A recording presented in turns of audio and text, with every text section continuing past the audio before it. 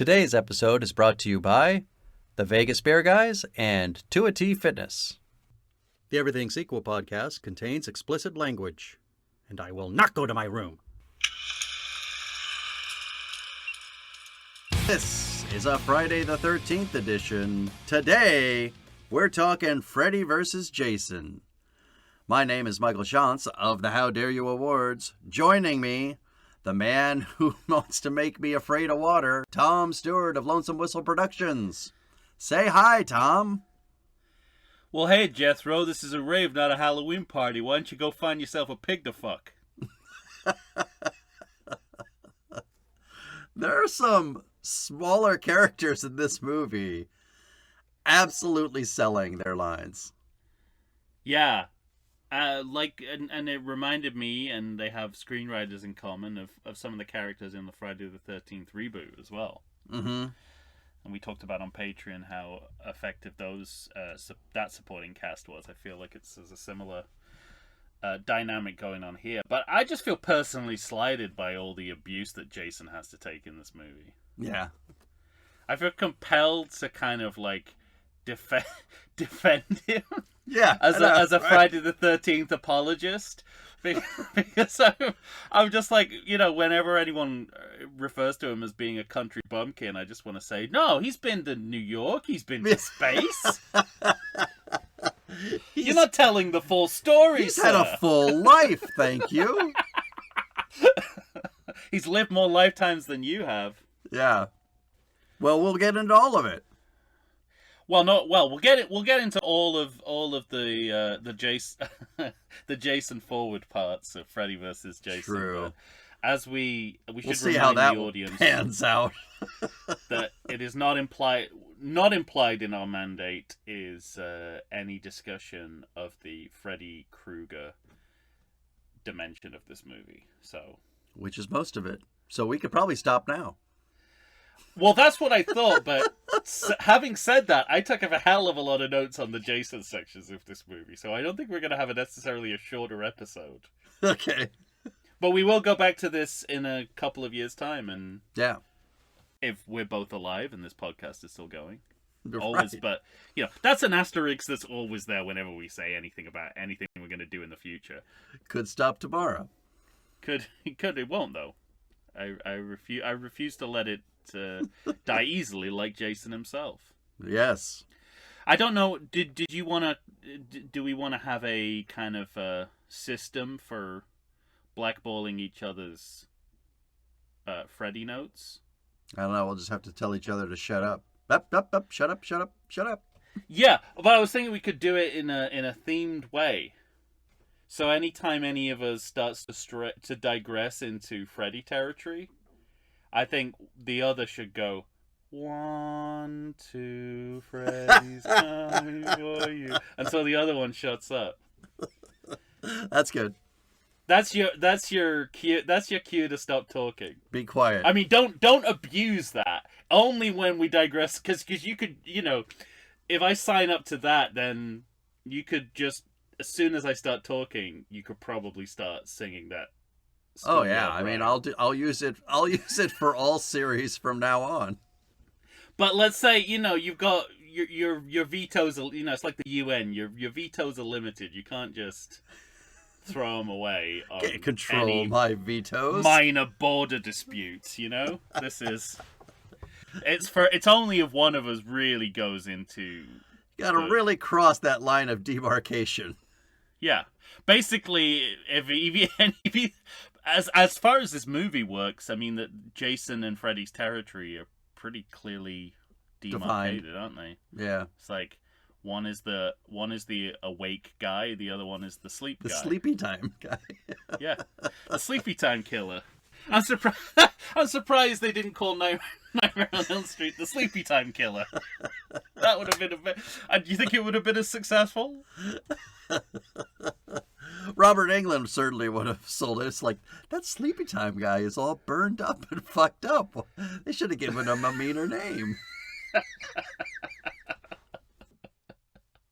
We should try. We should try and make Sleepytime Killer happen. Every time anyone talks to us about Freddy Krueger, we should or Nightmare on Elm Street, we say, "Oh, the Sleepytime Killer." Yeah, you didn't know that was the original title. We'll have our chance next year. Yeah, when we cover all the Sleepytime Killer movies. Sleepytime 1 through 7 or 8.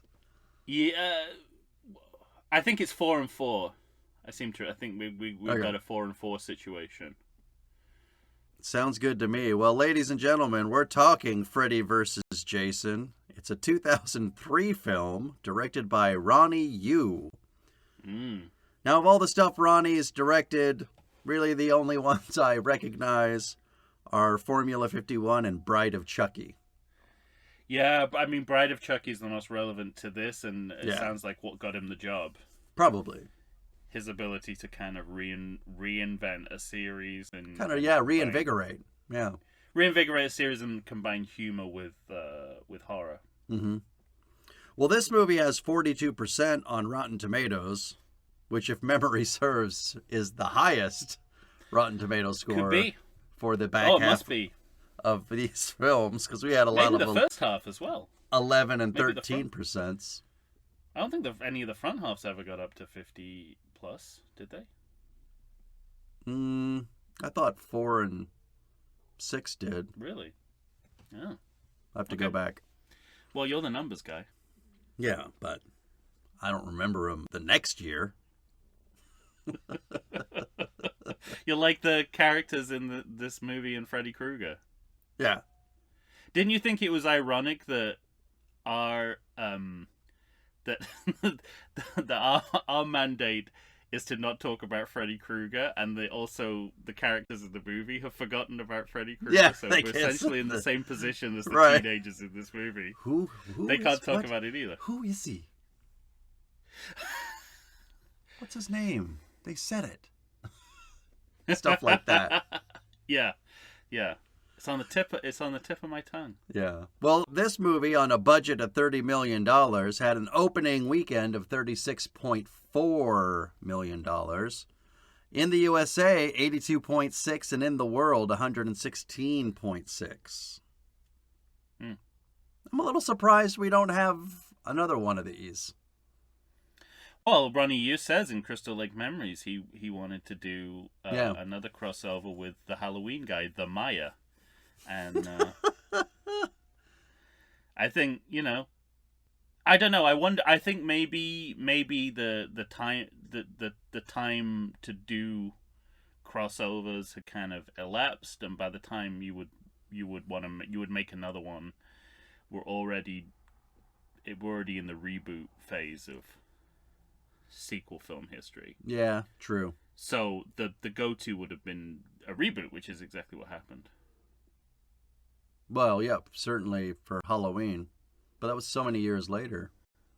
Well, yeah, but at this point in that's the other thing. At this point in the series, at the beginning of the series, they were churning out one a year, or sometimes even more. And now there are years elapsing between movies. I don't know if that's just franchise. That's what's just happening with franchises now. Like the Bond franchise, obviously, just kind of takes about 5-10 years between each movie now, and you sort of wonder why. Like, what's the point? It's not a series anymore if you can't deliver your film on. The actor has to recover from all their injuries. Well, not now. They've got a brand new actor, but it's like popcorn in a microwave, right? Once, because the bag tells you to listen out for when the pops, when there's like a gap between the pops, because that's how you know it's ready. And I think that's how you know that a franchise is done as well. If you're taking 5 to 10 years to get a movie out, the series is over. You just don't know it. Yeah. Your series is burnt popcorn. Which is all kinds of when you have the metaphors. Jiffy Pop, it goes from popping to burnt real quick. Oh, it's more so than the way that an avocado turns from ripe to rotten. Yeah. All right. Now, how do I do this?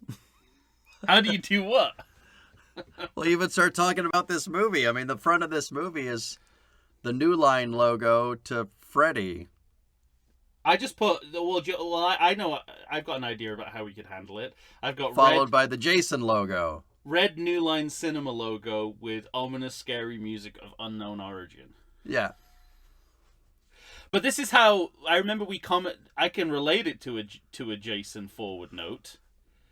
And when we looked at Jason X, like it was just a regular New Line logo, and it's like that's not a very what are you doing? That's not a fitting way to begin a horror movie. This feels like how Jason X should have begun as well. Right. Obviously not with the music of unknown origin there. Mm-hmm. But it starts as a Jason movie because the first thing we see is people throwing objects through windows. Yeah. So I'm like, oh, this is the first sign that the movie's going to involve Jason somehow because a window is broken minutes into the movie.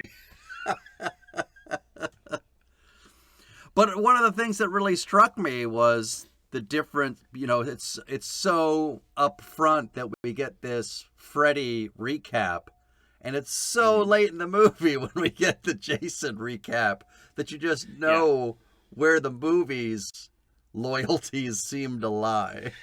And that's ironic, really, because what the movie's about is people forgetting about Freddy Krueger, but the audience is kind of is the reverse of that. Right. The audience is being asked to forget Jason Voorhees. But I mean, there's a lot of Friday the 13th imagery in this opening sequence set in possibly hell, right, where we last found Jason in chronology. Doesn't he even say something about searching hell for Jason, or? Yeah, he does. Yeah, so I assume this is a hellscape. This is Jason's hellscape. Yeah. And we get point of view shots of a woman on a boardwalk stripping and skinny dipping, and I'm like, okay, the Jason part of the movie started. Right. But it's interesting given where we've come from in the series, because we begin with a sort of fantasy self-parody sequence, which is exactly what Jason X ended with. Mm-hmm.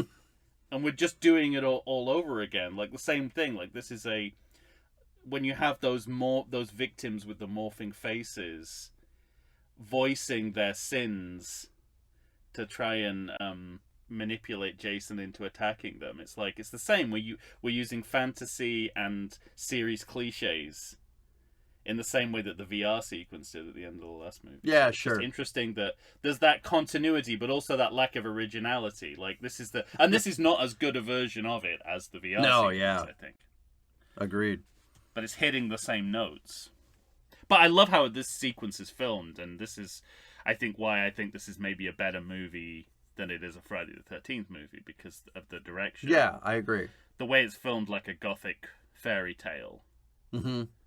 This whole sequence, and obviously that's your indication this is not reality. This is the hellscape version of Crystal Lake, but I love the stylistic choices here.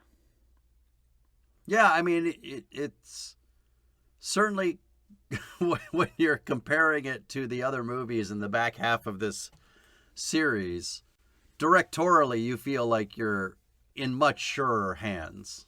Oh, definitely, yeah. And it shows. It does. The movie's not just slick for slick's sake. No. There's, there is a director behind this. Completely, yeah. We get a new Mrs. Voorhees. We do indeed. Briefly, and before it turns into the guy I will not mention. Correct. But I was surprised to see on that Camp Crystal Lake Memories that the number of times they keep going back and trying to get her to come back. Yeah, I mean, it's not for want of trying to get Betsy Palmer back in the franchise. So there's there's that background. There's also, this is a dream sequence, so you have a little bit of license to have a different actor doing it, because it's not the real Mrs. Voorhees. It's just it's just the Sleepytime killer. Oh, that's interesting. I wish. I mean, I don't think that was the intention. I think if they could have got Betsy Palmer, now I'm thinking, like, how fun would it be if they had a moment out of it of Jason kind of Is that my mom? That doesn't really look like my mom. Okay, it's my mom. It just, That's where it would have been good to have one of those Kane Hodder head tilts. Yeah, exactly. Yeah, no, I that feels more like a Jason X choice, though. I don't know. There's some self-awareness in this movie, but it's played straighter It's than played you think. straight, yeah. Do you think a movie called Freddy versus Jason would be? Mm-hmm. And it's also, I mean, this is very much in the spirit of the series, riffing on the trope of Jason being manipulated by others for impersonations of either his mother or him. True. Right. This is the third time round of this. So we've had people pretending to be his mother, people pretending to be him. Right. Now we're going back to his mother. Well, and it also goes back to Jason X's explanation of his brain. Yes. His smaller brain, so it feels as though he could be easily duped by people just putting on a sweater earlier in the series and yelling at him like he's mommy. Like they're mommy. Yeah. I don't think they ever went as far as like putting her decapitated head on top of the sweater, but correct. I think that would have been the next step. And we, Jason, this is this is the explanation for how Jason got back to Earth in time for Jason X. Right. The cold open shows us how Jason got back to Earth that we found him on in the future. And when you're having to connect those dots, your timeline is well and truly fucked. It's a Mabias strip by that point. Worse than a David Lynch movie, the timeline in the Oh, come on. I mean, if you were looking for timeline answers to all our questions in this final movie. But they're still paying heed to it, right? I mean, it's like we got to get him back. We got to get him back on Earth so that he can get imprisoned in Crystal Lake Research Facility all those centuries later. Whenever that was. Unspecified. Well, yeah, and then the Sleepytime killer just kind of says he's been away from his children for far too long, and we go into titles. Yeah. After he sets Jason off about his task, which is, why don't you just go run amok for me and build up the fear? Pretty much, yeah. Yeah. And then we meet our cast of teenagers, question mark? Question mark for sure. I have a lot of respect for the two screenwriters who did this and also the Friday the 13th reboot.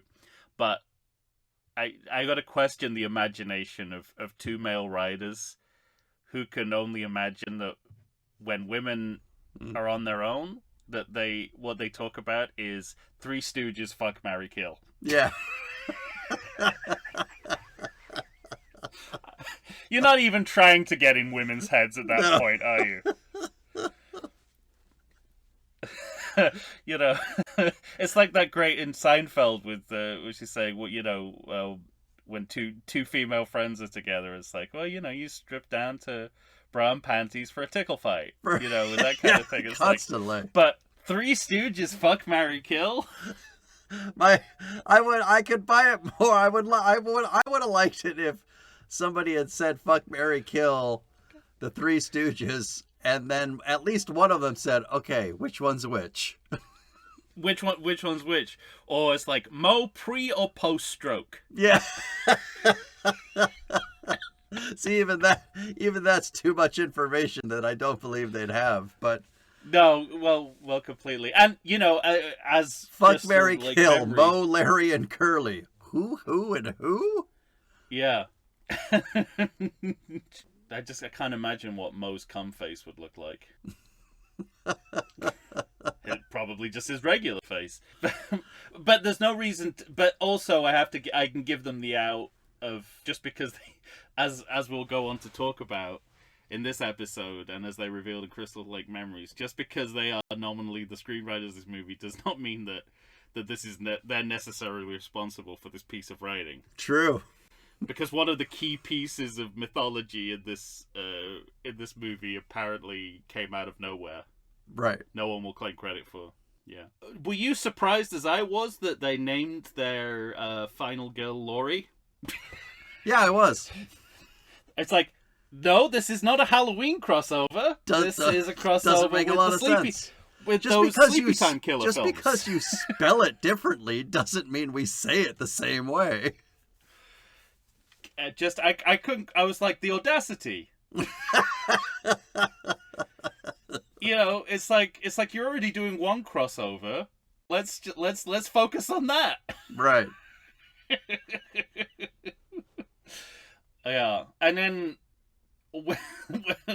basically women talking on their own in this movie. They have two modes: fantasizing about fucking old slapstick comics, or talking about what men they want to fuck. Yeah.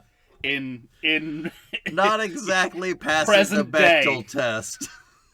No, but I mean, it's great that when the men turn up, they're all uniformly terrible. Yeah, rotten to the core. What's that guy say? Babe, don't make me ask you twice. Oh, yeah, and it even that doesn't quite work because that seems feels to more support purposeful the female view because of his death. They're making him the biggest shitbag I think. Oh possible. yeah, he's the big dick of this. He's the big dick of this movie for sure. Yeah, happens early though, doesn't it? Earlier than usual. But also just like I think there's a problem in the writing where the emphasis is on these women settling for these men. Yeah. Like, that's not the point. The point is they shouldn't be able to act like this to other human beings, regardless of whether they're male, female, or trans. Right. So there's a little bit of problem that it reminded, like, Laurie's reaction to the guy that she's being set up with. It reminded me of Melissa McCarthy in Spy every time she gets a new disguise. And it's always the dowdiest fucking clothes. She's like, oh, fuck! And then we get a shower scene. Yeah, straight to tits. Straight to tits, yeah. Staple of Friday the 13th. This made me a little sad, too, because I think... I don't think it's in Camp Crystal Lake Memories, but I definitely read in the IMDb notes... What's her name? Catherine Isabel, who plays Gib from... She's from Ginger Snaps. Okay. And I think it was in her contract, no nudity. And then Ronnie Yu was really pushing her to do it. And she's like, go fuck yourself. I'm not doing this. And they ended up getting a body double. But just the idea that he was pressuring her in that way. Yeah. Behind the scenes, gross. Yeah, it's a familiar story. I mean, just you saying it, like, I didn't recognize that particular story, but I recognize the trope of that behind the scenes anecdote. Yeah. But we always have this. I feel like the Sleepytime Killer series is more of a bath-based genre. Correct. But Friday the 13th is definitely showers, and it's like we have a shower scene, and every time it's the same. It's the same game of, is it going to be a homage to Psycho or an inversion of it? Yeah. And all you know is that you're going to get female nudity. That's the only guarantee each time. Mm-hmm. As is the case here. I mean, his ethics aside, I think Ronnie Yu's direction in these scenes is great. The zooms and the fast cutting, like, there is some, like he brought that... He definitely brought the tricks of the trade of Hong Kong cinema to the movie, and it really helps in these scenes, I think. Yeah, I mean, you're never bored watching the movie because he's always framing things that are interesting to look at, to me. Oh, yeah, visually, no. There's parts of the movie that do drag. Oh, yeah, no. I just meant visually. Visually, absolutely, yeah.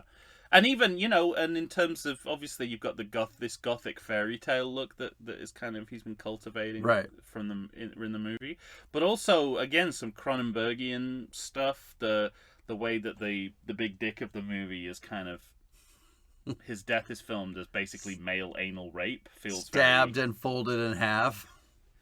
Yeah, well, because when you see it like Jason is behind him, and he kind of pushes a large object into him, and he kind of springs up, and it feels like the way Cronenberg has those penetration angst deaths in his movies. I feel like it's obvious. I mean, in a slightly less favorable way, it's also the punishment for the alpha heteronormative male to have the indignity of a death that's like gay sexual intercourse. Right. So it's a little bit problematic there, but visually and thematically, it's really arresting. And then we have a literal bloodbath as well, like kind of like the blood seeping under the door of the bathroom. Right. And you mentioned the folding beds, and I love whenever horror, and I think horror is so effective when it preys on everyday fears. Mm-hmm.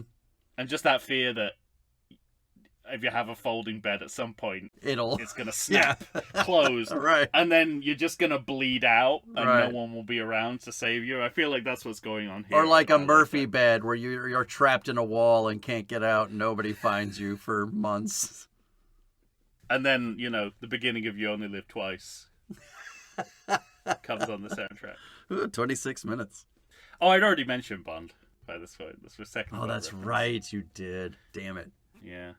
I'm shirking my duties. You just focus on not mentioning the Sleepytime Killer, okay? It's solely what I'm focused on. I'm having such a difficult time.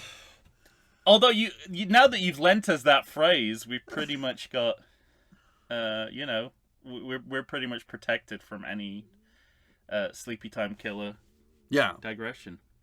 It's like Macbeth. The Sleepytime Killer. Have you seen have you seen David Tennant in the West End production of the Sleepytime Killer? The Sleepytime Killer? He's magnificent. Oh, you mean don't say it. Don't say it. Shh.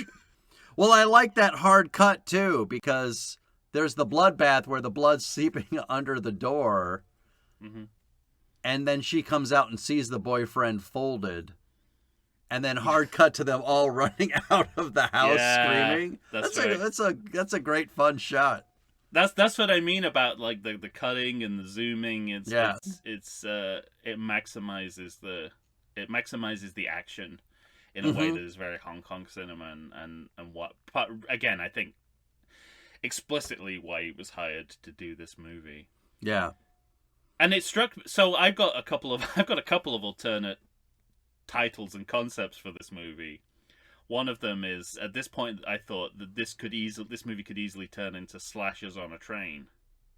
Because the Sleepytime Killer and Jason have the perfect alibis, right? Right. Because everyone, because it's Elm Street, everyone naturally assumes it's the Sleepytime Killer. Right. But it's Jason, so you could do a crisscross. Well, but then there's you could total inversion from every Sleepytime Killer movie that preceded it, where the parents don't believe what's happening as opposed to them having full knowledge and just trying to keep it suppressed. 1, 2, Freddy's coming for you. Love that in this movie. I'll answer that in 2 years, sir. All right, fine. Yeah, and I don't know if I said this in the ranking episode. I don't think I did, but the Sleepytime Killer seems to be treating Jason more as an opening act than the sharing top billing that the title. Oh no, suggests. Yeah. He's opening for the Sleepytime Killer. Jason is a full-on puppet for 3/4 of this movie. He's the Jimmy Pardo to Conan O'Brien. If you've ever seen a recording of that show, you'll see Jimmy Pardo warming you up. But it's interesting to see how the two of them sort of might work as a team as well, because while one of the teenagers is lured into sleep, then he wants to get out of the dream. When the Sleepytime Killer goes after him in his dream, he wakes up and Jason immediately beheads him after having spent the time he was asleep beheading his father. And it just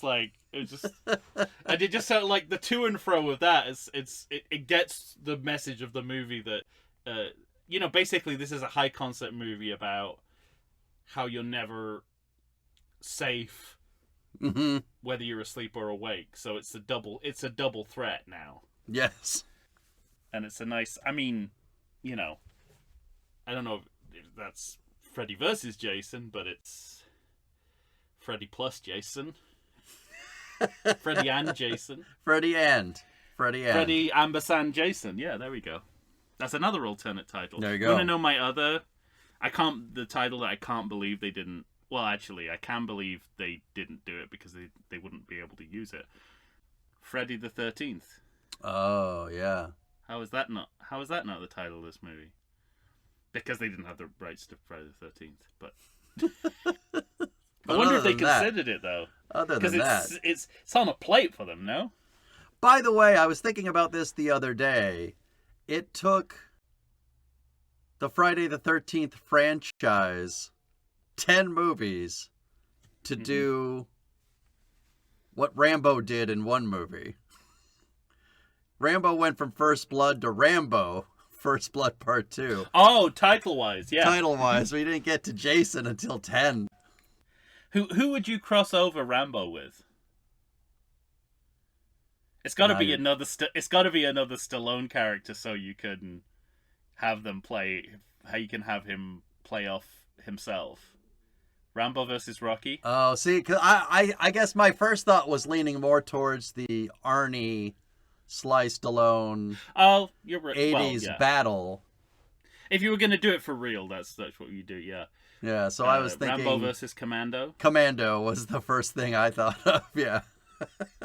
Or Rambo versus Die Hard. You could go Van Damme. Oh, yeah. Like Rambo versus Hard Target. You know, or Rambo versus Time Cop. I finally watched the movie that inspired Hard Target, The Most Dangerous Game. Oh, that's on my list. Yeah, 1932, I think. Okay. The movie's about 10 minutes long. Perfect. 3 scenes. All about hunting people. Yeah. Anyway, back to this movie. Cornfield Rave is my next note. Oh, you're deep. I'm at the boys at the insane asylum. Well, I didn't feel like are we not allowed to talk about that? Well, that's it. I mean, I'm jumping past anything that. Okay. Because that's pure Sleepytime Killer, all that stuff. Yeah. Wait, that's Sleepytime Killer 3, the Dream Warriors, or I guess as we have to call it, the Fantasy Nights. Damn it, where are we? I'm trying to get the Cornfield Rave is the next Jason Ford part of the movie. I'm trying to get to that note. Jesus. You did not heed the brief if you were wasting time taking notes on these sections of the movie. We've got a whole other episode to talk about that. Well, I'm sorry. Because I'm there, but like... I've never been in a situation where I've wanted you to do less work, but this is now the situation. Because when we get to the rave, it's funny. The guy who ends up being essentially a rapist. Uh-huh. I clocked him in the background of a scene. Oh, interesting. Where I said to myself, that guy's no fucking good. Good direction then. Yeah. And then just 2 minutes later, he's getting all rapey. But I also wrote down Jason steals the kill. Yeah. But I'm not sure I'm remembering what that's referencing.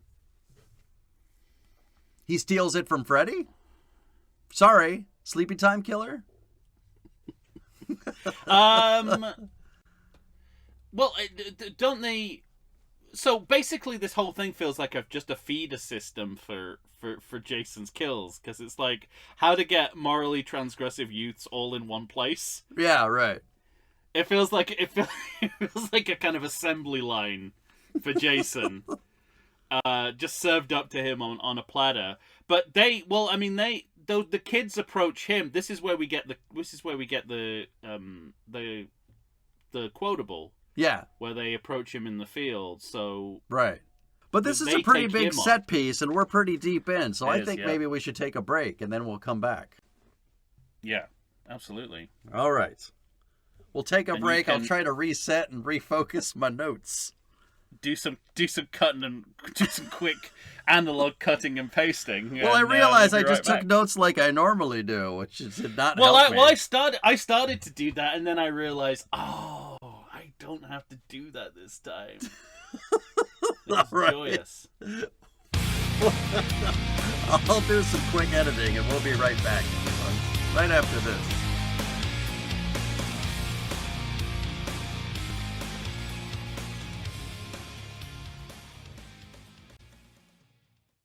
I like to think I know something about beer, but nowadays even I get overwhelmed when confronted by the exhaustive selection of craft beers they have at bars, breweries, and even grocery stores. Back in the day you had one, maybe two craft beers to choose from, and if you were confused, you ordered a Guinness. But in beerstinations like San Diego, the craft beer options lately are in double, sometimes even triple digits. So what's a beer drinker to do? You need what I need, the Vegas Beer Guys. Your beer of choice should be a perfect blend of malt and hops. And so a live show about beer needs that same balance. And the Vegas Beer Guys matches beer expert Dan Aker with self-proclaimed beer novice Stephen J. Weiss. The results are eminently drinkable. They're on Facebook, they're on Instagram. They'll try new beers, they'll tell you about beer. Think of them as your beer Sherpas guiding you up a foamy-headed mountain to reach the peak of your pint. God, I need a beer.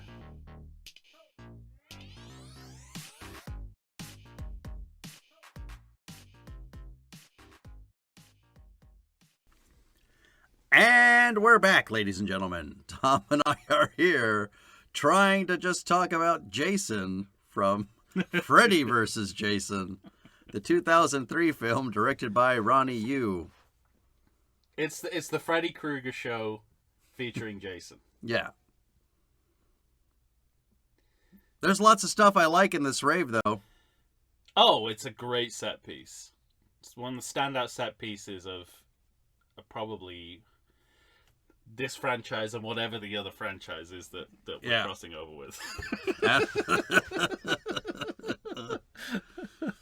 Well, this is where we start a lot of my favorite secondary character performances. These two drunk assholes are fantastic. Oh, yeah.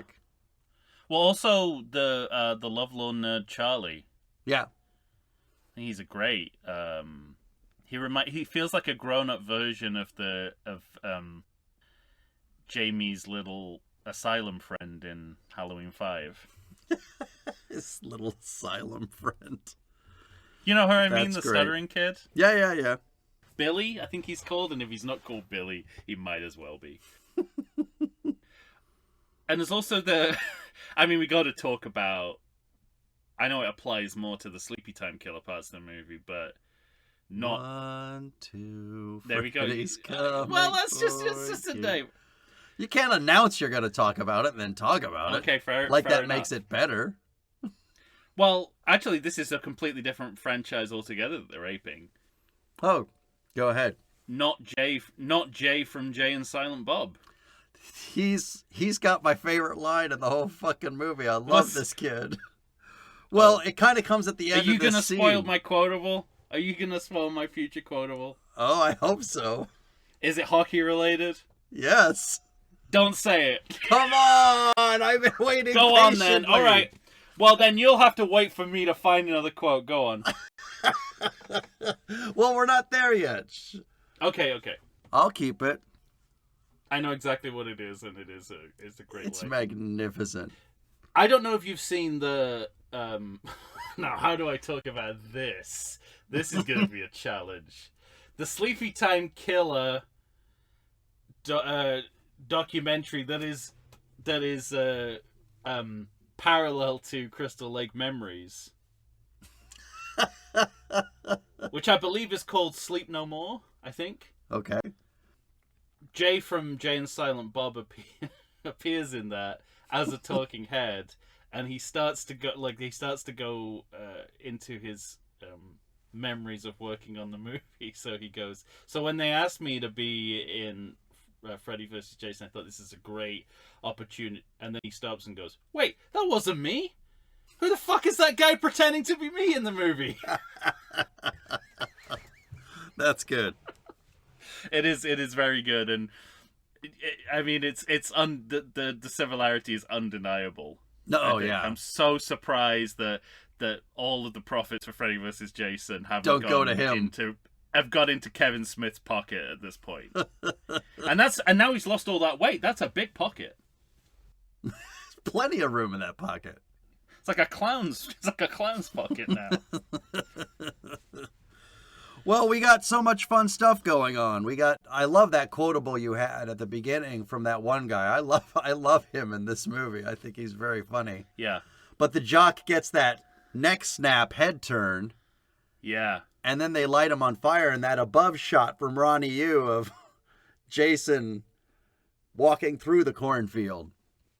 Well, Jason becomes the explanation for crop circles in this scene. Yes, exactly. It's just anytime anyone asks me what, or anytime I get a chance to explain what crop circles are, I'm going to say it's Jason Voorhees on fire walking through a cornfield. What more do you want? I called it the Everclear fire chase. Oh, yeah. Yes, absolutely. Oh, but I mean, I thought, and then he has that fire machete throw. Yes, it's interesting though because at one point they're trying to put Jason out, and I'm like, shouldn't you trying to be putting him more on fire? Yes, well, it felt more like an accident, but I thought it was funny that the beer puts him out. Yeah, absolutely. And this is where I really noticed that this wasn't Kane Hodder in this scene, because I was like, this guy looks like he can move freely, right? Like a normal person who isn't the size of the Incredible Hulk. And I don't know if secretly they didn't want to use Kane Hodder anymore, but I can see. I'll take Ronnie Yu at face value when he says that wasn't his decision. Yeah. But if I was Ronnie Yu, I'd be like, I need someone more mobile and less shitty. Less shitty, ideally. But just slimmer, younger, someone who can do more sustained action. Right. Someone who doesn't mind being set on fire once more. I mean, I think... Yeah. I think Kane Hodder would be worried about being set on. He'd be like, I got burned once. Yeah. I got burned once. I got lucky the second time. I don't want to ride my luck with a third. Yeah. Yeah, it's... Well, then they all get in the van and they take off. Yes. And it's my favorite line. I can hardly believe that it took this long for somebody to reference the hockey mask as something other than a hockey mask, which is a goalie mask. When that kid says, dude, that goalie was pissed about something. It's fantastic. Fucking great. Yeah. And to be this deep in the series and finally call him a goalie. Exactly. What a sublime, fantastic joke that has been missed for decades. Completely. And this van scene is where we get to really see the key differences, the key ontological differences between Jason and Freddy. One is the dream, the sleepy time killer. The other is the awake time killer. But basically, Jason represents reality, and Sleepytime Killer represents fantasy. Yeah. And they this is where they delineate all of that, and it's kind of it's interesting and good to do it.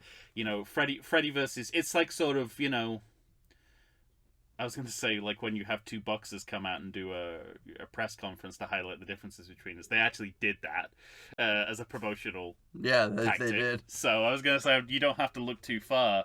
But, it's like when you say, oh, they're different weights and, they're statistics. Right. And that's what it feels like, but they're doing it thematically. It's like, one dog goes one way, one dog goes the other. Right? And this guy's saying, what you want from me? Well, can we talk about the dad portion of this story, or is that too Freddy forward? I don't know what you're talking about. What dad portion is it? Laurie's dad.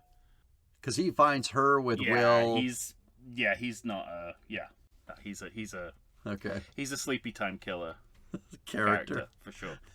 Yeah, and I mean both in terms of what he's linked to in the movie, but also archetypally. Mm-hmm. That's the other thing here is there are people related to the different worlds of the series, different characters. So you have to decide on a case by case basis whether it's more Jason or Freddy forward. Well, then my next Jason note is at 54 minutes in, we get the Jason catch-up. Not ketchup the condiment, catch up on his story. I was gonna be like, is this a brand of ketchup I've not heard of before? We get the retelling of the story that we've heard no fewer than a dozen times. Yeah. It'd be like a tomato juice called Voorhees 8 or something. Yeah. It's a true V8. But it's also interesting because the way it's done, first of all, we need an air horn for this line when Laurie says, "No, that wasn't Freddy, that was somebody else." So Jason spends the entire movie getting his balls broken by these characters. And that was the other alternate movie I wanted to see. I wanted to see a version of Goodfellas where it's kind of like Billy Bats and Tommy are Jason and Freddy. So you can have them at like either sides of the bar. And it's like, no more Sleepytime kills. What? No more Sleepytime kills. You've been in hell a long time. Maybe you haven't heard. I'm just breaking your balls a little bit.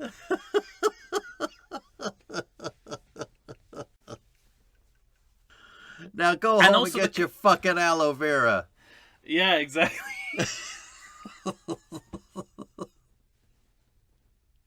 But also the characters, they have adopted the perspective of a disgruntled audience of Nightmare on Elm Street fans made to suffer through a Friday the 13th movie. They're like, this isn't what we came to see. Yeah. It's just like, even the characters in the movie are fans of the other franchise, not this one. They don't know anything about Friday the 13th. It all has to be explained to them. Well, to be fair, they're living in the Sleepytime town. Sleepy Town. Yeah, Sleepy Town. Well, I know, but that doesn't put you on an even keel. No, Right?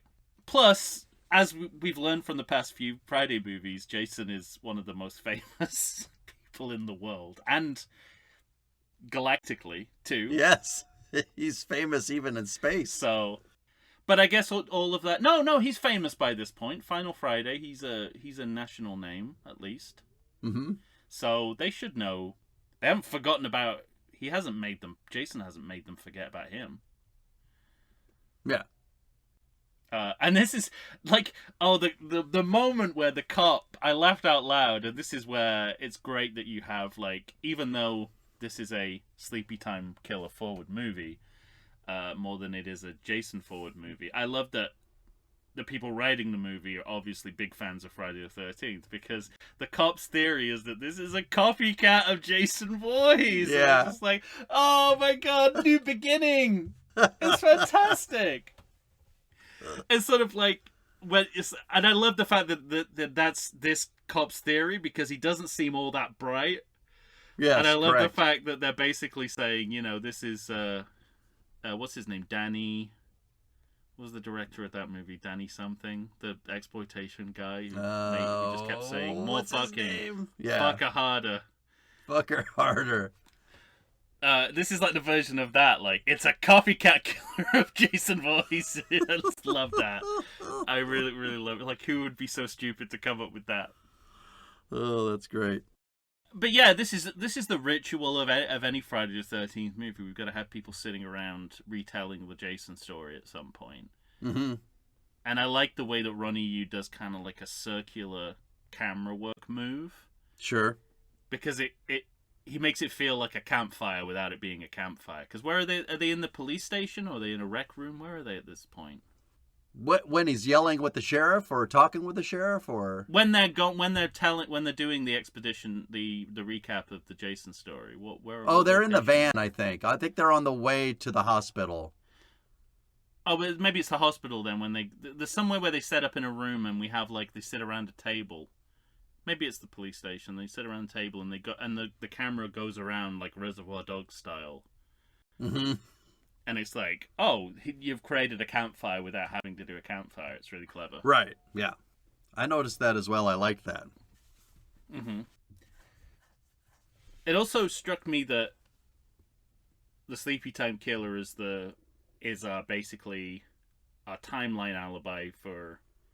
our plausibility alibi for how Jason gets back into the mortal world. Yes. Because they talk about breaking the reality box. So breaking the reality box. The Sleepytime Killer's kind of box of fantasy, which releases Jason back into the world that we found him in a couple of centuries. It's remarkable how quickly the kids figure out Sleepytime Killer's plan. Yes. And the mythology with which they will defeat him. Sure. All of which comes out totally out of left field. None of it is guessable. No. But at this point, I'm calling them the Scooby Gang. Because they seem to be in a van. Yeah, they're in a van, and they seem to be figuring things out quite easily. And doesn't the girl from Destiny's Child... Mm-hmm. Isn't her hair kind of a bit Thelma-like as well? Yeah, she's got a short little bob thing going on, I think. She's not anything like Thelma, but... No. So yeah, this is where I had the line, "We're not safe awake or asleep," and that kind of doubles down on the idea that this is a double threat. I liked that line a lot. Yeah. It felt as though they were finally getting to a point where I wanted this movie to be all along, which is asleep or awake, you're fucked. Yeah. Oh, I mean, that's what's really good about that handover when the guy on his porch wakes up and then he immediately gets beheaded. Like, yeah, right. Those are the stakes here. You know, in the Sleepytime Killer films, people's escape route is waking up. Mm-hmm. In Friday the 13th, well, I don't know, your escape route is jump out. It's not going to sleep, but you jump out of a window. I think that's... No, I think you have to pretend to be mom. That's your escape route. Get in a boat, pretend to be mom. Yeah. You have a couple of choices. Yeah, and so and we get into the where not Jay from Jay and Silent Bob takes he smokes something. He starts smoking dope, and so Jason, right, it's like a siren song for Jason. Yes. Right. So once again, this idea that's what motivates him to kill, which, you know, is pretty much accepted by this point as truth, even though that's actually quite a recent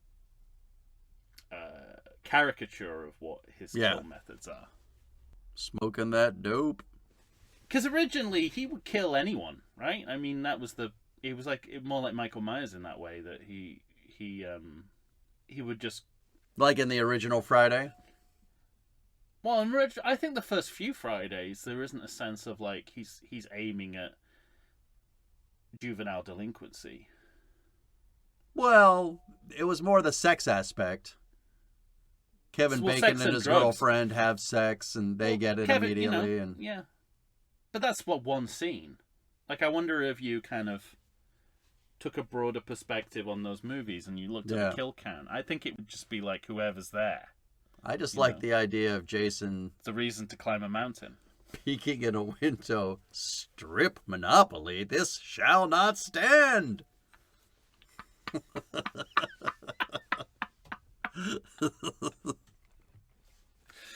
Yeah. But Jason, right? Jason does get that cop that joins the Scooby Gang. Jason, let's go.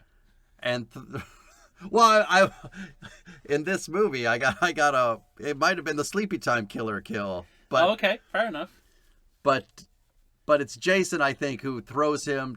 Don't we get a kind of similar kill like we get in 8 with the throwing on the electrical equipment and Yeah, well, yeah, and then Jason. Same thing happens where Jason gets trapped in lightning, which is a poor choice of deterrent, because as we know, lightning gives him more life yeah, not less. and can even bring him back from the dead, not less.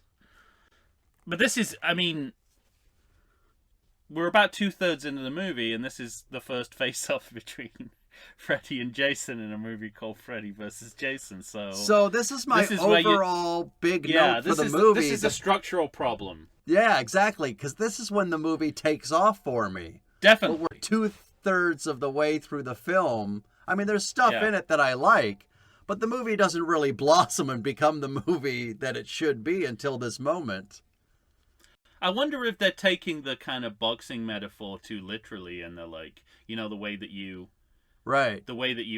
have a couple of fights, a couple of like minor fights beforehand. You have a whole program with entertainment in between, and then it's only really the last third of the movie that is the bout, you know, the fight that you came to see. Yeah, structurally, I think that's just what was on their brain. Like, right, we can't shoot our load too quickly. We can't have them fighting immediately.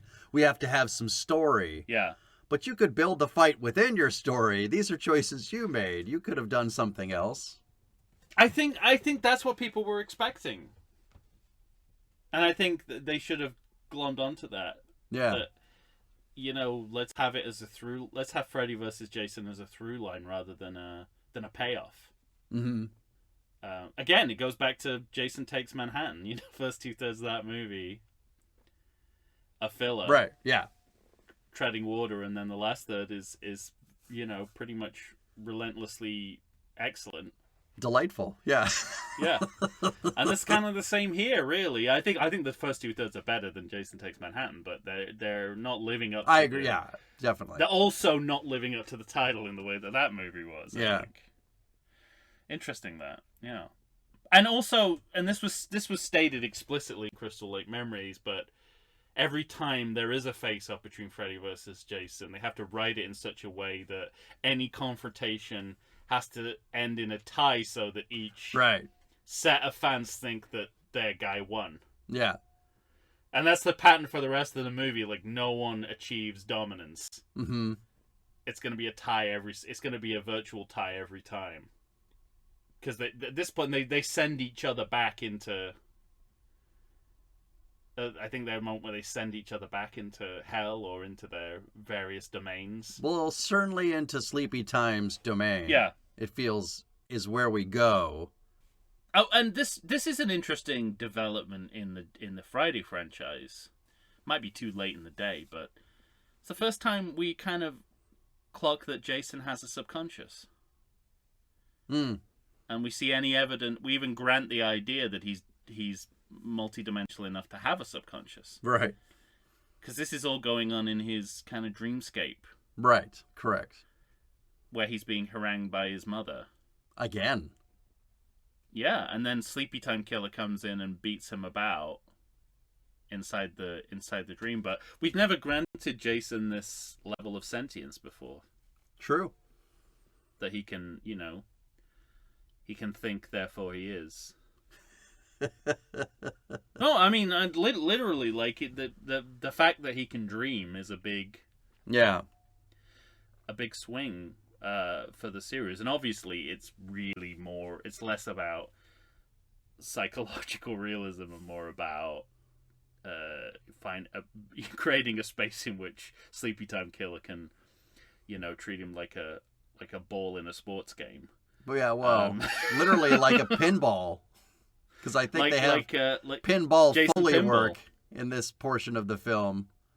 Might be later, but I think it's here, right? Oh yeah, Ding, Jason ding, Pinball ding, is ding, here. ding, ding, ding, ding. Yeah. Which just about sums up the way he's treated in the movie. I wonder if there was a Jason Pinball game that they were basing this on. All green. There's gotta be, right? There's gotta be.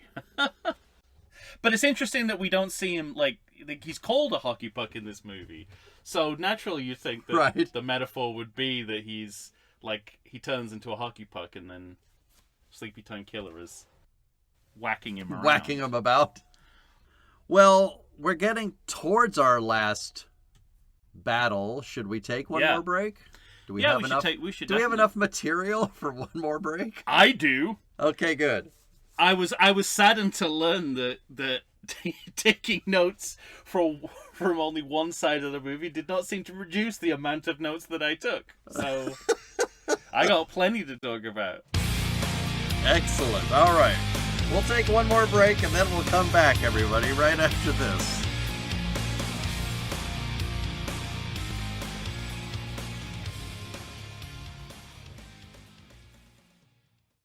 Does the coronavirus have you feeling oogie? Have you been sitting on your couch for weeks? Nay, have you been sitting on there for months? Well, it's time for you to get back in shape. Check out 2AT Fitness. You can find them on Instagram. You can find them on Facebook. 2AT Fitness was started by Tina Bernard. She is ready and raring to go to help you get back into the shape you want to get into. They've got all kinds of classes. They've got outdoor in-person classes. They've got online classes if that's what you prefer. Ladies and gentlemen, it's time to get back in shape. You're going to find a variety of exercises. You're going to have strength training, cardio, weightlifting, even fun 5-minute burnouts that will push you to your limits. So get off the couch, get into shape. Go ahead and check out 2AT Fitness. Tina Bernard has got you for all your needs. I know her personally. She's fantastic. You're not going to meet a better person to help you become the new you. Check it out. And we're back, ladies and gentlemen. Tom and I are here finishing up with Freddy vs. Jason. The Jason parts. The 2003 film. The Jason cut. Yeah, that way. It's a Jason light, this film. I wonder if you could actually do that, like create like a version of the movie where it was just Jason. Like cut so you could watch Freddy and you could watch Jason. Like literally like Sleepytime Killer's literally not in it at all. Just make it a Jason movie. Instead of Freddy versus Jason, you have Freddy the movie, Jason the movie. I like that. Yeah, I like that too. You get 2 movies out of it. I'm not willing to do the work that's required, but no. If you are of that persuasion, go ahead and do it with our blessing. All right, what's your next note? Because we have Sleepytime and it's a big one. And Jason going in the pinball machine. Mm-hmm. But meanwhile, the Scooby Gang is dragging Jason to Camp Crystal Lake. Yes. Tied up, drugged up, and about to give him mouth to mouth. Oh, okay. Well, my note before that is... Actually, I've got quite a few notes before that. Oh, all right. Well, first of all, this is where we find out Jason's frightened of water, which the screenwriter... Oh, that's right, yeah. Put in the movie just to say that he might have some... They put that he might have some trauma about drowning, which I think is fair. Yeah, absolutely. Since he did drown. Somehow from page to screen, that was transformed into water is his kryptonite, which... There's aspects of that in some of these later sequels, though. You know, 6. Is there? Well, I mean, with the help of not in 8 when he swam to New York. No, not at all. Yeah. But 6 and 7 seem to say that water, like putting him in the water, is enough to put him into a coma. Not the water. That's black magic and telekinesis that does that. No, I think it was ever the water that was doing it. Oh, I always had the idea that with those powers, water also keeps him at bay. Okay. Well, that had never occurred to me until this movie. Okay. And it clashed greatly with my understanding that he swam to New York. That I understand. But like we mentioned, Jason's subconscious, and it's like this is where it becomes like pure psychoanalysis, because we get Jason is seen as a kid, the shivering. kid Yeah, you're right. shivering Yeah, but with the hockey mask on. he's It's back like to kind of Jason 8, but even younger. Yeah, and sort of recapping the mythology in the series in psychoanalysis form at this point. Yeah, Like he's just this frightened child, this frightened, traumatized child underneath. But yeah, and also I love that we returned to Jason's forest shack, which is a return to a locale that even the series seems to have forgotten about. Right. I mean, in some versions of the story, that's his adult home. He's lived there ever since he got out of the lake, whenever that was. And we're not going Who's to to talk say? about that. Yeah. But it's interesting. It's interesting that it appears in this movie, and then obviously you've got the same writers of Friday the 13th reboot, and it comes back there as well. So I like that. I like that they picked up that, because the last time I think we saw that was beginning of 3, maybe. Yeah, it's not in 4. It's abandoned fairly quickly. He doesn't have a home. Yeah. After, I think, the beginning of 3. Yeah, I think you're right. And we're back in another fantasy simulation of Crystal Lake. Except this one's based on memories, not a history textbook like the VR sequence. Right. And a recreation of the drowning sequence, which we basically not, apart from that one shot of the Tom Savini drowning boy, who was not Frank Mancuso Jr. Right. Because he refused to do it and then realized, oh, I could have been the first Jason. Yep. We also have Laurie's involved in this, though, right? She's watching it from the dock. She's witnessing it. She's and it's like again, it's like an alternative way to do recap, because an alternative way to do a recap, because I don't think we're allowed to use footage from the Friday the 13th movies legally. Right. And another way of doing it is through dream sequences. So this is an alternative to both of those, where she's witness to the memory of it happening. Isn't she even a witness to the bullying? Yeah. Well, this is all new. This is everything that's been talked about, yes, but never seen. So we're dramatizing it for the first time, and obviously over dramatizing it, because there's those two camp counselors like fucking her against the wood cabin.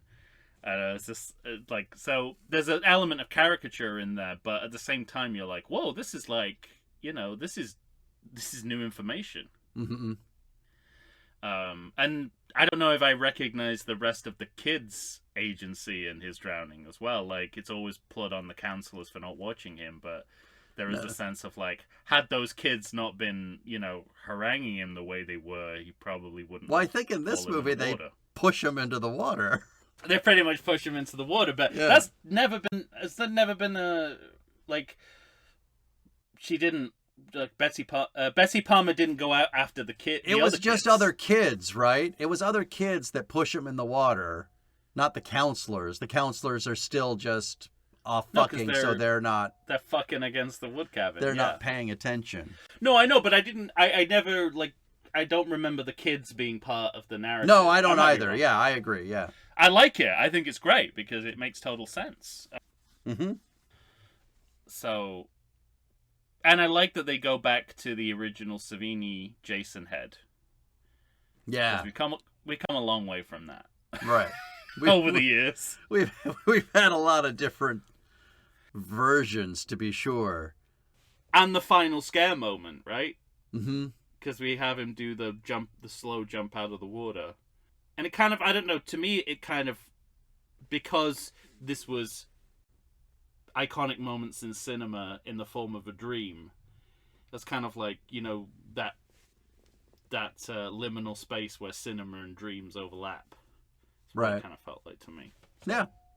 Yeah, and it's so interesting.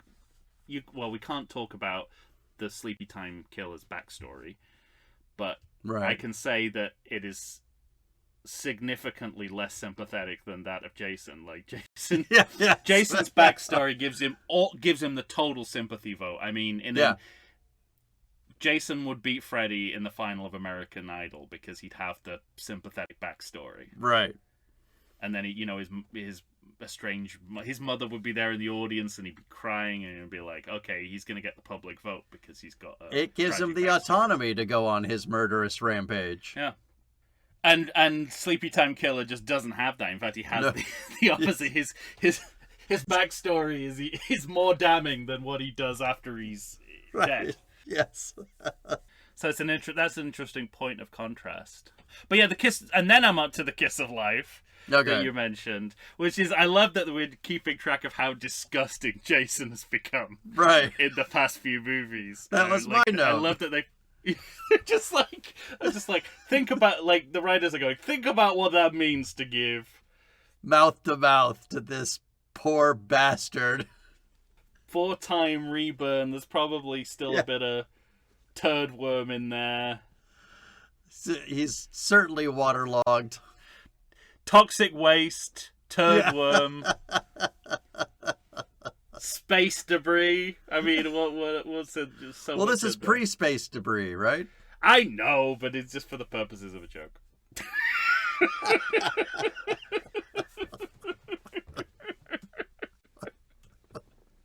Okay, my bad then. No, it's not your bad, but if this series can fuck with the timeline, so can I. Yeah, I'm not joking around. But I just think it's a really funny moment of I don't know, gross out humor, I guess. Mm-hmm. And that makes total sense with where we've arrived in the depiction of the character. Correct. Because I guess they did. I was gonna say they never did a makeover reset, but of course they did at the end of 8. It's just that subsequent movies ignored it. Right. Rightly. Yeah. Well, I guess if you're gonna go on, you can't be a small child. Yeah. With no apparent defect. Well, now let's talk about this last battle. Yeah, Jay starts with Jason setting off fires again. Right. So we'll talk more about this in a couple of years, but this is the Sleepytime Killer's kryptonite, which makes more sense. Well, a lot more. Yes. A lot more sense. Whereas Jason is again, like, you know, post Kane Hodder is invulnerable to fire. Correct. And did you notice that when they're fighting, there's an American flag in the background? I did notice it.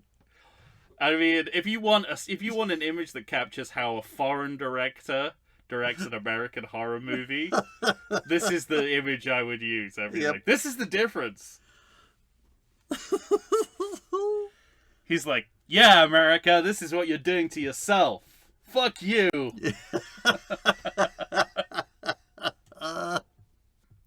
I think they do a pretty good job of having one Sleepytime fairly more nimble fighter. Yeah. Versus a slow meandering step by step kind of fighter. They find different ways to make that interesting within the fight itself. Yeah. And so Jason is equal to the task, I think, in different ways. Sometimes he just gets lucky. Sure. Well, once the steel rods start to fly and that big metal, you know. I think they missed a trick with the oxygen tank missiles, because surely if he's afraid of water, then oxygen should be the very thing that stops his anxiety. It should be like getting an adrenaline shot when he's hit by one of those. It still looks great and looks cool and is fun, but I just like that to avoid the missiles, Jason just gives a little shoulder. Like, he just kind of gives a little shrug one way or the other. Well, that's why it's good it's not Kane Hodder, because he would probably make a point of catching those missiles and redirecting them into space. Right. With all his amazing strength. I didn't think I was seeing anything I couldn't have done. We'd fucking dodge a missile. I could do that. Is this where you got the idea of how good it would be for Spacin to have a heavy metal kind of theme? Because we get there here. Yeah, we do get a lot of it. Like, Jason goes full industrial music, marking himself out as the reality serial killer. Like, I don't know what Sleepytime Killer's equivalent music would be. Like, whatever that music is when Homer goes into the land of chocolate, I think would be. Right. Or when they go inside his brain and it's a carousel. All chocolate, half price. I love it, the limits of Homer's imagination. He's like, it's not free, half price. Half price. Yeah. So I mean, you were right in saying that was a missed opportunity in Jason X, but at least they made up for it here. Yeah. Go back and listen to the preview. Watch the preview of Jason X for that. Yeah, right. Music. Doing it just for the trailer, Yeah. But here it's very much a part of the fabric of the movie, and I like that a lot. Yeah, and it kind of drifts into a Friday the 13th forward ending as soon as we get in a boat. Mm-hmm. Like, it feels like the movie is kind of it sort of started out as a Friday the 13th movie, became Sleepytime Killer in the middle, and now it's going back into it's kind of like a Jason sandwich. Well, also because our final girl picks a side. She really does, yeah. And she's on the side of Jason. And that makes sense because she's seen it. She's seen the world from both sides now. she's seen Jason's backstory. She's seen Sleepytime Killer's backstory. Right. It's easy to pick a side when you have experienced both of those firsthand, right? When you see them both up close. Who would I rather be in this story? Whose corner? Who would I rather be the Duke for? So in wrestling terms, is Sleepytime Killer the heel? Yeah, totally. Yeah, I think so.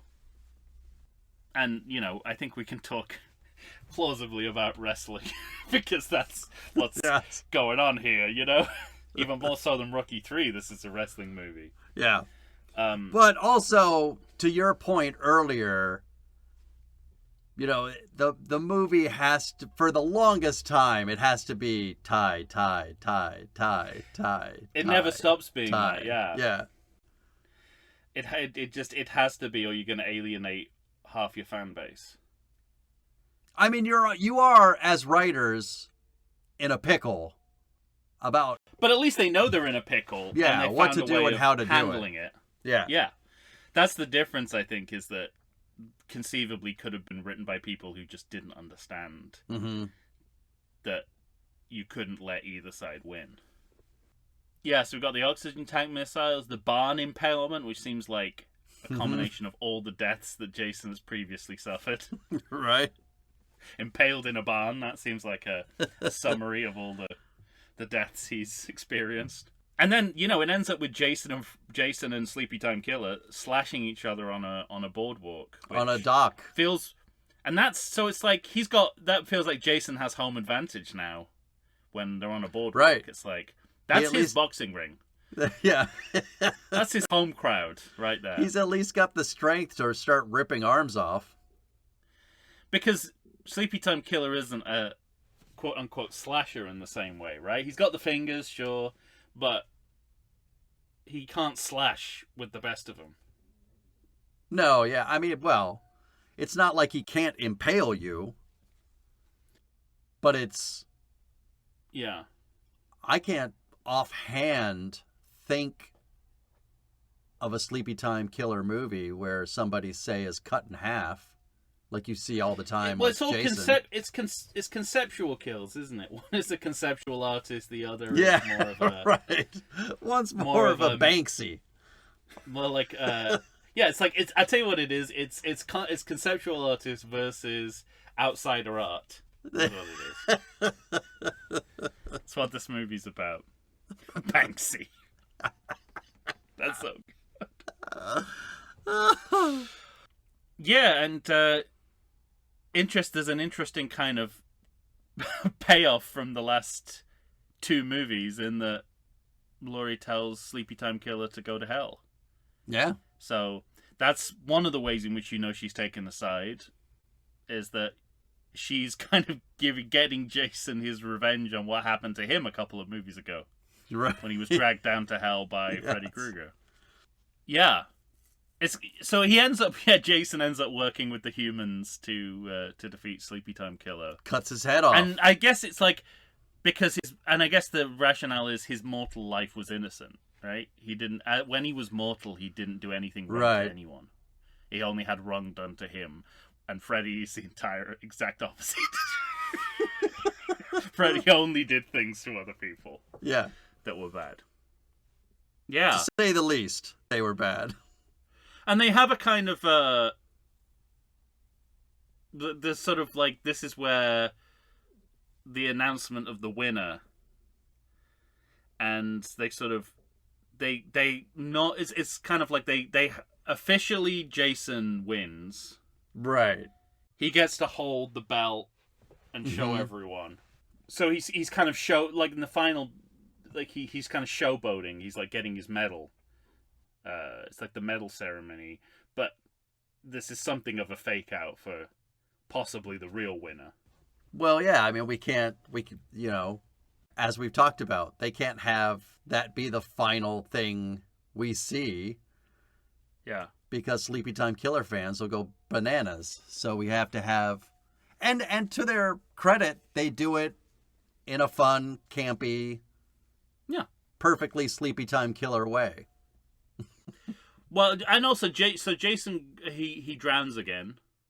Yeah. We put him back at the bottom of the lake so he can have any number of adventures between now and X. And actually, because he walks out of that water, I guess they answer definitively, the water does not comatize him.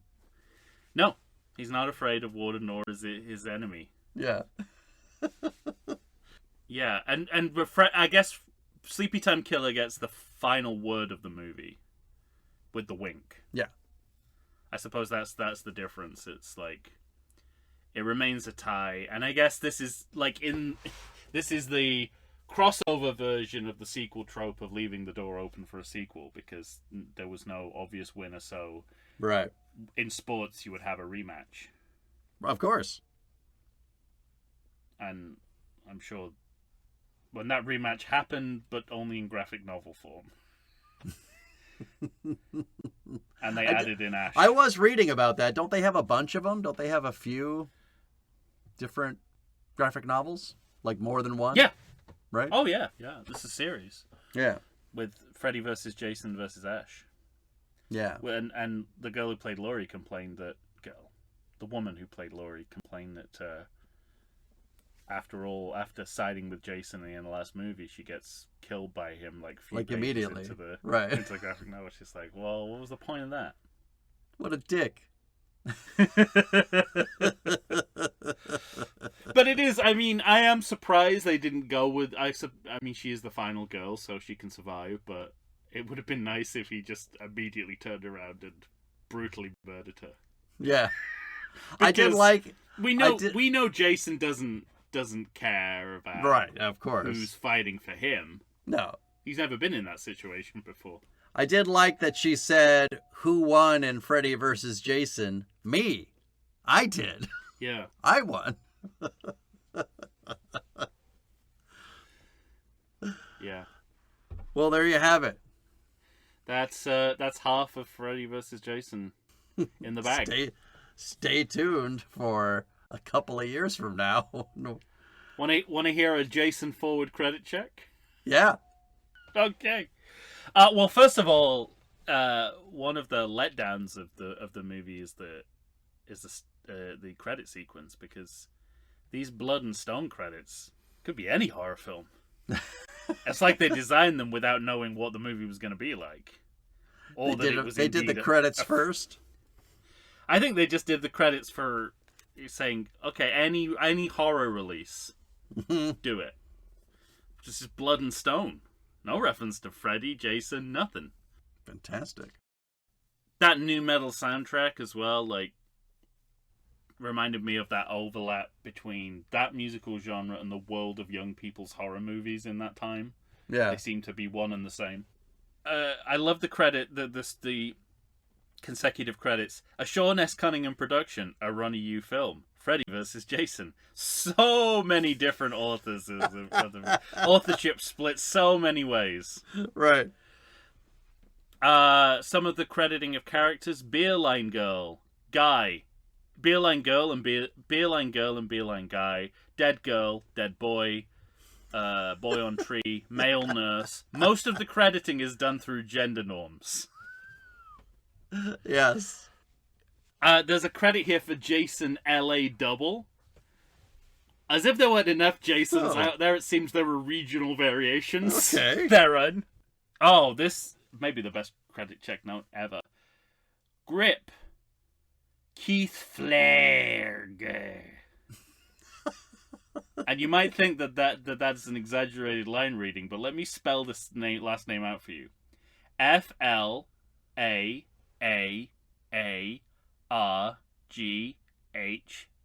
That's too many A's and H's. Flairg. Yeah.